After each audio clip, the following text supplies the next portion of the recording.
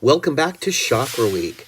My name is Chris Harche. I am with MyCrystalCuriosities, and we are in the home stretch here of the week, going into day 6, episode 14. We're going to be discussing today the third eye chakra, also known as the brow chakra.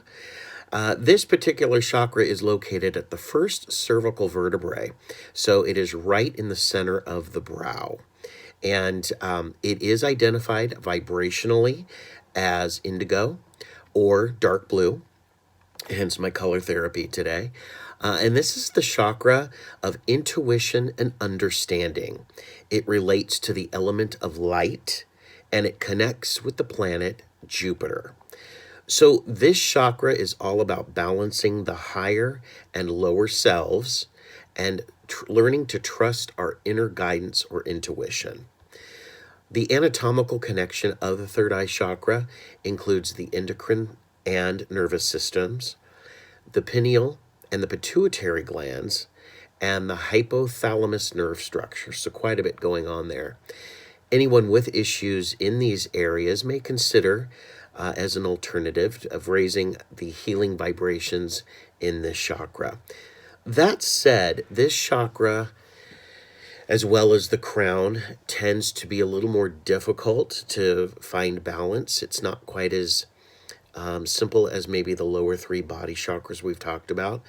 And it's okay if you might seek assistance from a healer to help navigate into these chakras. They're going to be a lot more insightful, and sometimes it's going to take someone to help you ask the tough questions and start getting you thinking and opening up your mind frame. So it's definitely all about exercising that muscle. So individuals that have unbalance in the third eye chakra, they tend to lack concentration and imagination. They may tend to be a little bit fearful of the unknown. They tend to be tense, cynical, harsh, and really a little bit simply detached from the world.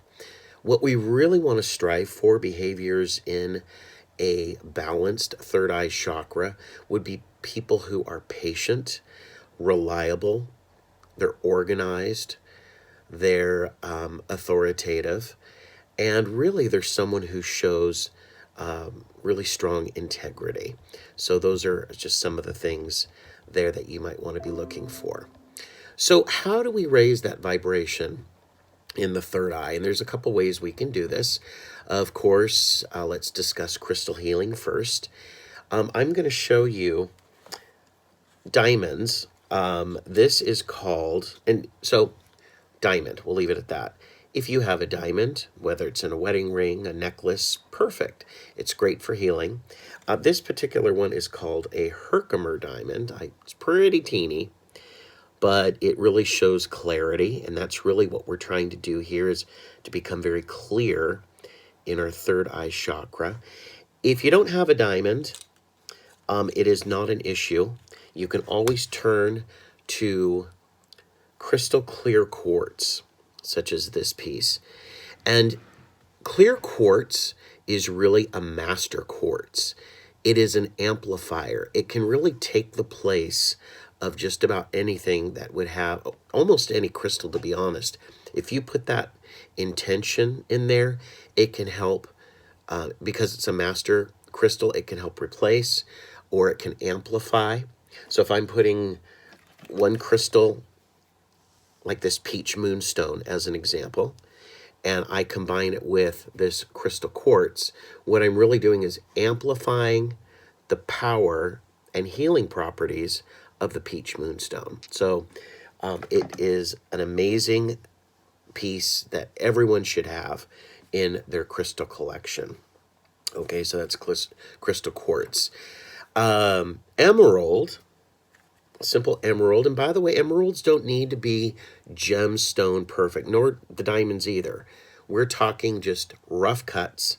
If you've got them, great. But if you don't, like I don't, then I go just with natural cuts. This is emerald, still in some of its matrix, but it is not necessarily jewelry grade, but it still has the healing properties of emerald. So that's emerald.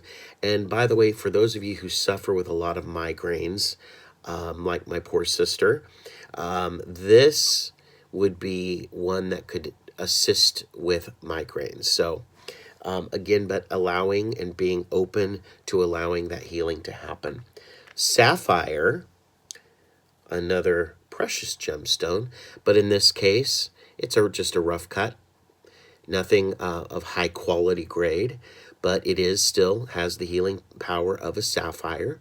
And what this is, it brings insight to any situation. So you may hold it, you may actually put it right to that third eye and ask for the sapphire to give you insight to maybe a situation or a problem that you're dealing with.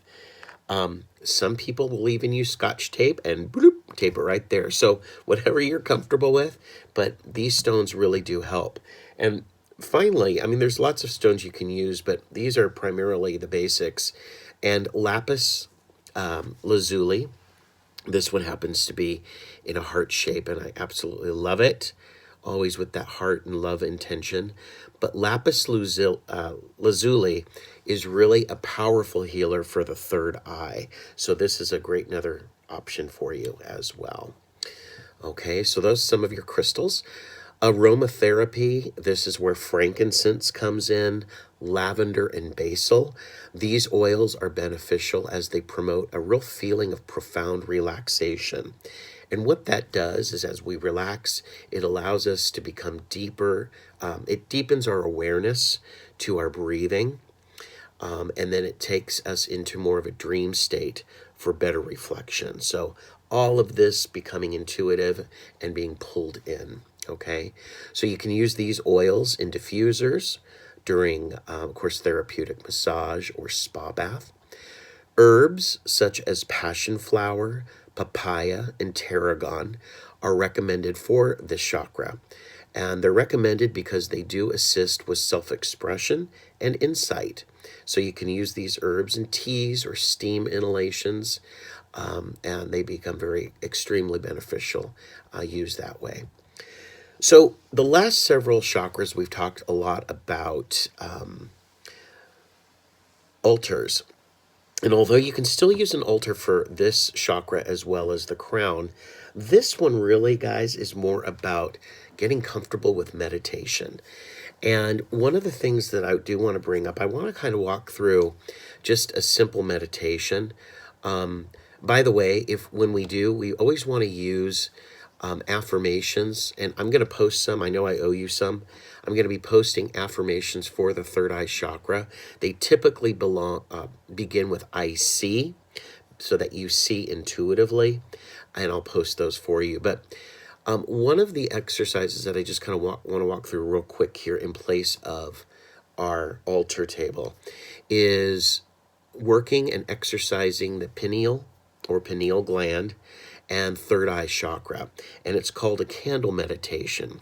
So what you would want to do is really be in a room or a quiet place and try to get it as dark as possible, because it really helps with this.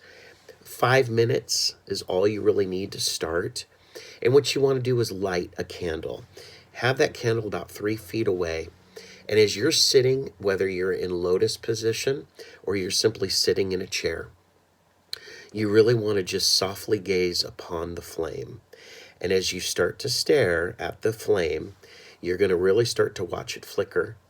And then you're going to just kind of soften your stare, just so that you're kind of gazing upon it.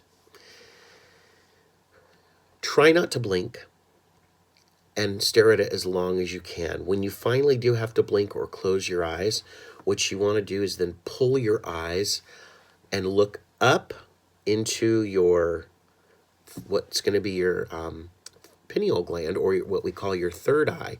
You're going to be looking up, and it's going to almost act as an internal movie screen. And what that's going to do is you're going to see the image of that flame. It may have a lot of color to it, and this is good. What's happening is you're starting to envision what's happening with your third eye. You're going to exercise this until we start seeing it over and over. As it starts to fade, you want to pull it back, and try to hold on to that image for as long as you can. You know, starting out, it may only last a couple minutes. Then it may, as you continue to progress and practice, it then starts to take on, you're going to start seeing a lot more. So just a simple little exercise. I hope that helped. And I look forward to seeing you next time. Thanks for joining us today.